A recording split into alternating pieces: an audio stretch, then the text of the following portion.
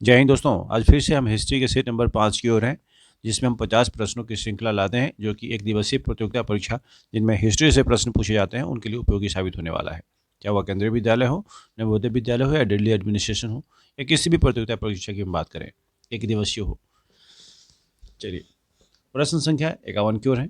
हड़प्पा कालीन लिपि के विषय में निम्न में से कौन सा एक अधिक संभावित है, यानी कौन सा एक अधिक संभावित है। यह निश्चित रूप से पूर्व द्रविड़ है, या निश्चित रूप से संस्कृति समूह से है, या वर्णानुक्रमिक नहीं बल्कि मुख्यतः चित्रलिपि है। यही सही होगा, ऑप्शन नंबर सी। प्रश्न संख्या 52 की ओर है। तांबे की एक मानवाकृति आकृति निम्न में से किस स्थान के हड़प्पा स्तरों से प्राप्त हुई है। यह हड़प्पा से ही प्राप्त हुई है, ऑप्शन नंबर सी। प्रश्न संख्या 53 की ओर है। ब्रह्मा का आविर्भाव एक परम सत्ता के रूप में हुआ है, यह ऋग्वेद काल में हुआ, ऑप्शन ए सही है। प्रश्न संख्या 54 की ओर है। गंगा यमुना घाटी के उत्तर वैदिक कालीन लोगों की भौतिक संस्कृति की जानकारी प्राप्त की जा सकती है, यह चित्रित धूसर मृद भांडों से, ऑप्शन नंबर बी जो कि सही है। प्रश्न संख्या 55 की ओर है। सर्वाधिक सशक्त पेशवा कौन था। बालाजी बाजीराव, ऑप्शन नंबर ए। प्रश्न संख्या 56 की ओर है। प्रश्न संख्या 56, यह इसमें मिलान करना है। सूची 1 और सूची 2 से मिलान कीजिए। दिग्दर्शन जेसी मार्समैन, ऑप्शन नंबर ए का 3। Miratul Akhbar Raja Ram Mohan Roy, Statesman Robert Knight, Hindu Patriot Harish Chandra Mukherjee, यानी 4 3 2 1, ऑप्शन नंबर ए जो कि राइट ऑप्शन है। प्रश्न संख्या 57 की ओर है। निम्नलिखित में से किस एक षड्यंत्र के मुकदमे में मिस्टर फिलिप स्प्रॉट नामक अंग्रेज पर मुकदमा चला था। मेरठ षड्यंत्र का मुकदमा, ऑप्शन नंबर सी। प्रश्न संख्या 58 की ओर है। Ahmedabad textile labour association ATLA की स्थापना की गई थी इनके द्वारा, तो MK गांधी, महात्मा गांधी के द्वारा की गई थी। प्रश्न संख्या 59 की ओर है। ये 69 गलत प्रिंट है, 59 होगा। सूची 1 और सूची 2 से मिलान कीजिए। यह मूवमेंट और किस राज्य से संबंधित है इसको देखना है।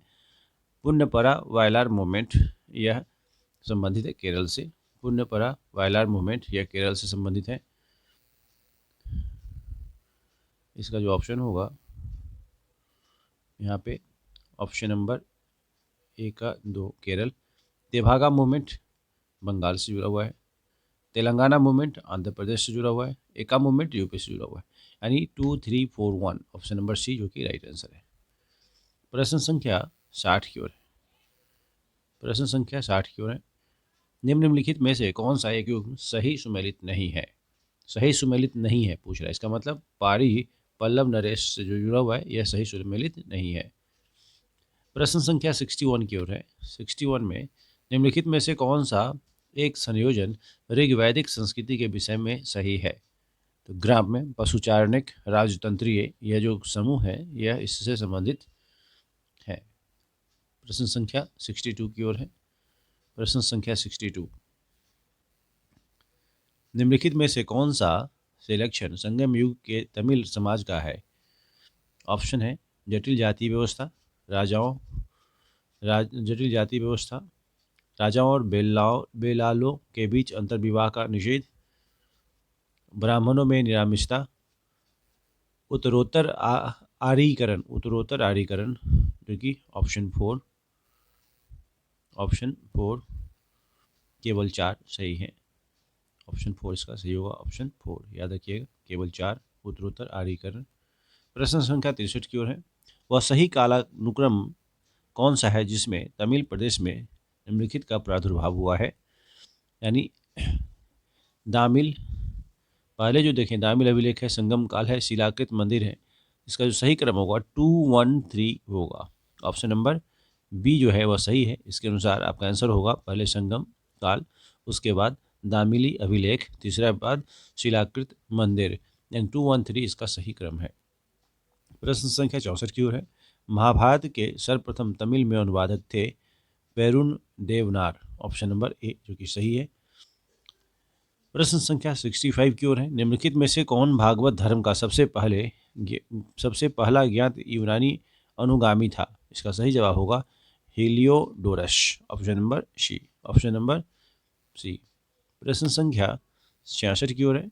विस्तृत सामाजिक नियमों एवं विनियमों को किसमें प्रस्तावित किया गया था? इसका सही जवाब होगा स्मृति और गृहसूत्र में भी, यानी ऑप्शन ए और बी दोनों होगा, इसलिए ऑप्शन नंबर सी जो है यहाँ देना पड़ेगा। प्रश्न संख्या 67 की ओर है। किस काल में वर्ण व्यवस्था वंशानुगत जाति में परिवर्तित हो गई थी? उत्तर वैदिक काल में। उत्तर वैदिक काल में वर्ण व्यवस्था वंशानुगत जाति में परिवर्तित हुई थी। गोत्र किसका सूचक था?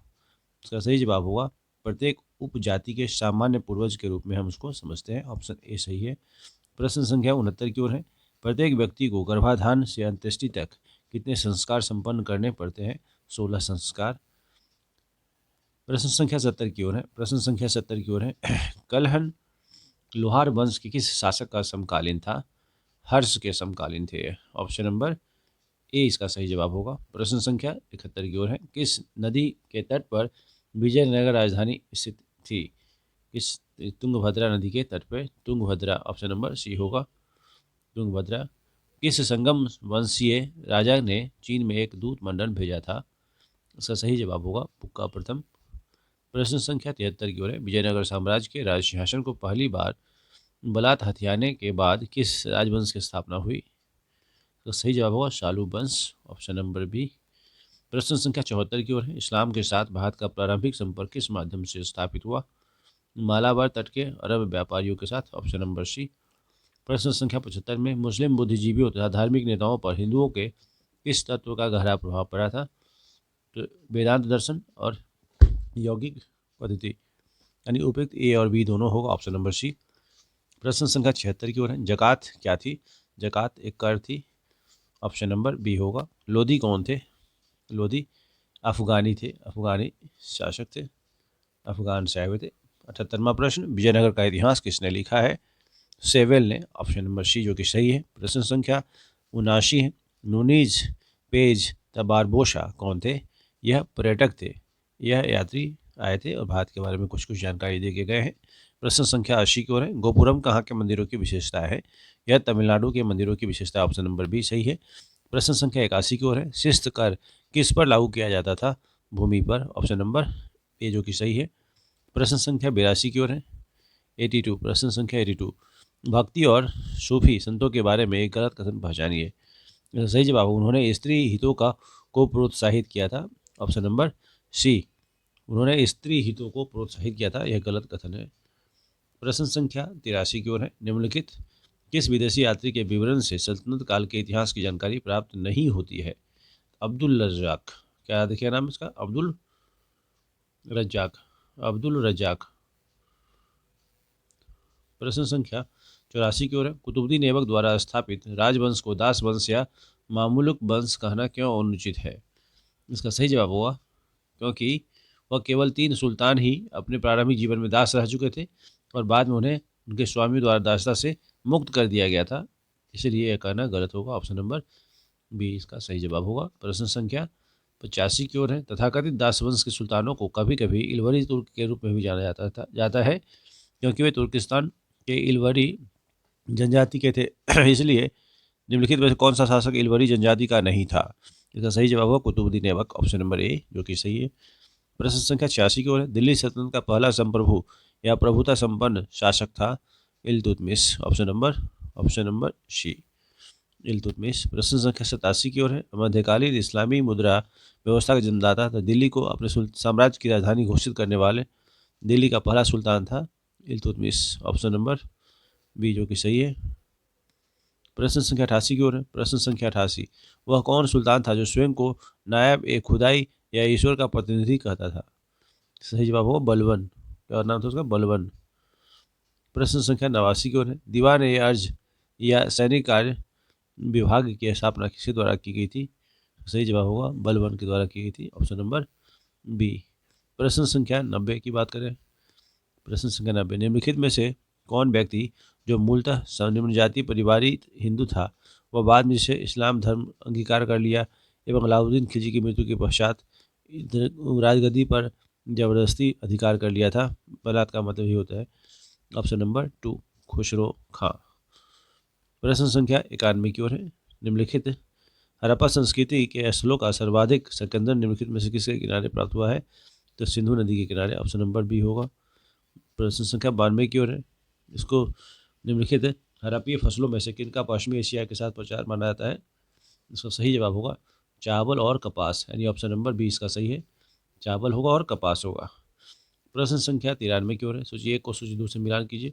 संस्कृति के एहसान से प्राप्त वस्तुएं, तांबा मिला है, शंख मिला है, लाजवर्द मणि और स्वर्ण।